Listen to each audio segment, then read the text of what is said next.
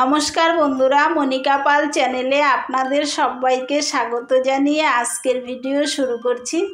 বন্ধুরা, আজকে টাটকা তাজা চিতল মাছ আর দেশি ছোট আলু দিয়ে বানাবো পাতলা করে মাছের ঝোল। প্লিজ বন্ধুরা, ভিডিওটি প্রথম থেকে শেষ পর্যন্ত দেখার জন্য অনুরোধ থাকলো। চলুন তাহলে দেখে নেওয়া যাক কিভাবে তৈরি করছি। বন্ধুরা দেখুন, আমি এখানে 600 গ্রাম চিতল মাছ নিয়েছি। দেখুন, চিতল মাছটা কিন্তু একদম টাটকা।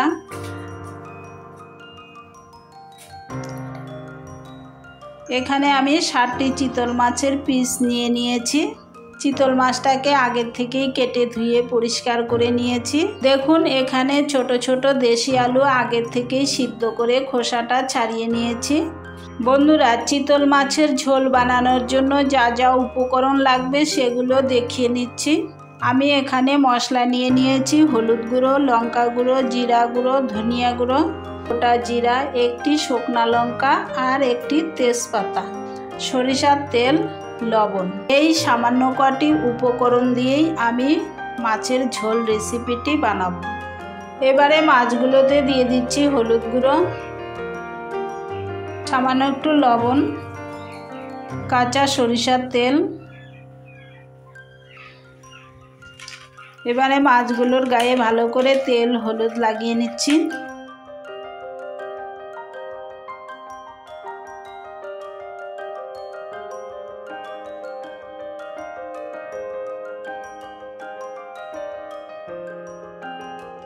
মাছগুলোতে ভালো করে তেল, নুন, হলুদ লাগিয়ে নিয়েছি।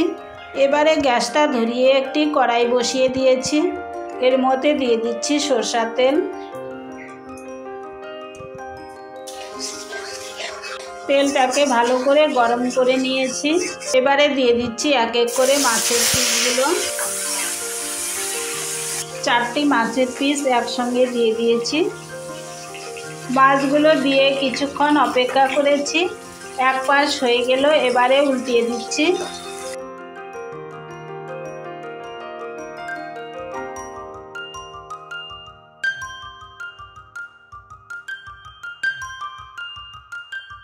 কিছুক্ষণ সময় ধরে মাছগুলোকে উল্টে পাল্টে ভেজে নিয়েছি। মাছগুলোকে খুব বেশি কড়া করে ভাজার দরকার নেই, মিডিয়াম করে ভেজে নিলেই হবে। মাছগুলো ভাজা হয়ে গেল, এবারে নামিয়ে নিচ্ছি।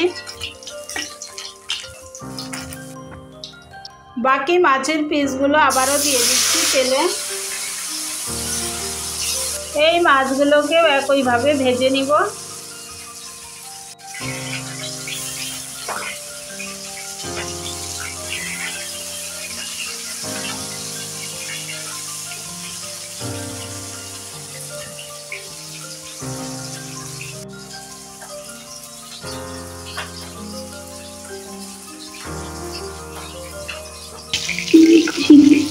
কিছুক্ষণ সময় ধরে মাছগুলোকে ভেজে নিয়েছি।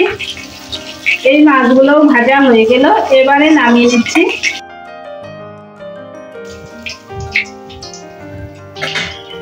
মাছ ভাজা তেলে এবারে দিয়ে দিচ্ছি আলুগুলো।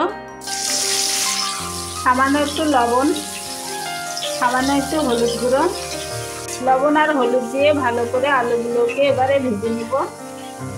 কিছুক্ষণ সময় ধরে অনবরত এইভাবে নেড়ে চেড়ে আলুগুলোকে ভেজে নিব।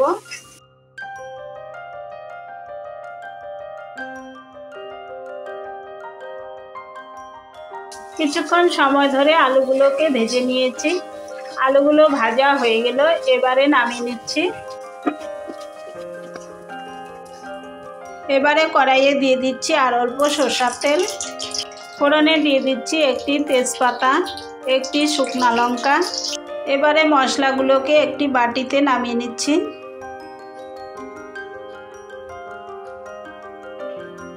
অল্প জল দিয়ে দিচ্ছি।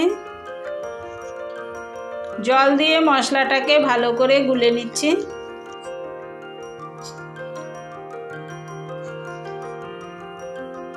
মশলাটাকে ভালো করে গুলিয়ে নিয়েছি। শুকনা লঙ্কা আর তেজপাতাটা ভাজা হয়ে গেল, এবারে দিয়ে দিচ্ছি গোটা জিরা।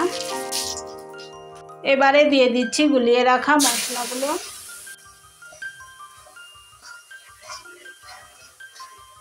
কিছুক্ষণ সময় ধরে মশলাটাকে কষিয়ে নিয়েছি। মশলাটা কষানো হয়ে গেল। দেখুন মশলা থেকে তেল ছেড়ে দিয়েছে।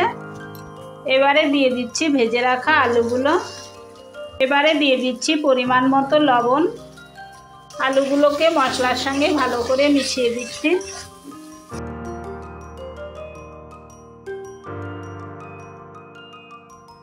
এইভাবে কিছুক্ষণ সময় ধরে কষিয়ে নিব। আলুগুলোকে ভালো করে কষিয়ে নিয়েছি। এবারে দিয়ে দিচ্ছি ফুটিয়ে রাখা জল।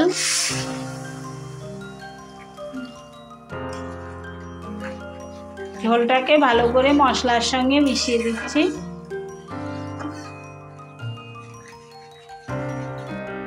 এবারে কিছুক্ষণ চাপা দিয়ে ভালো করে জাল করে নিব। কিছুক্ষণ চাপা দিয়ে জাল করে নিয়েছি। এবারে চাপাটা খুলে নিচ্ছি।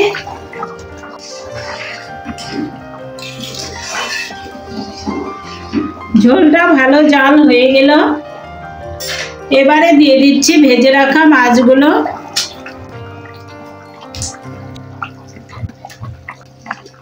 এক এক করে সবগুলো মাছের পিস দিয়ে দিয়েছি। বন্ধুরা, এই চিতল মাছের তরকারিটি খেতে কিন্তু দারুণ টেস্টি হবে। একদিকে টাটকা চিতল মাছ আর দেশি আলু দিয়ে ঝোল রেসিপি।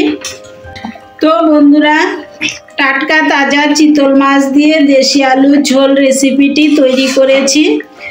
এই রেসিপিটি দেখে কেমন লাগলো অবশ্যই কমেন্টে জানাবেন। আর আপনারাও ঘরে এইভাবে একবার ট্রাই করবেন। আমার এই রান্নাটি দেখে আপনাদের যদি ভালো লাগে তাহলে আমার চ্যানেলটিকে লাইক, শেয়ার, কমেন্ট, সাবস্ক্রাইব করে রাখার জন্য অনুরোধ থাকলো। মাছের ঝোল রেসিপিটি তৈরি হয়ে গেল। এবারে নামিয়ে নিচ্ছি।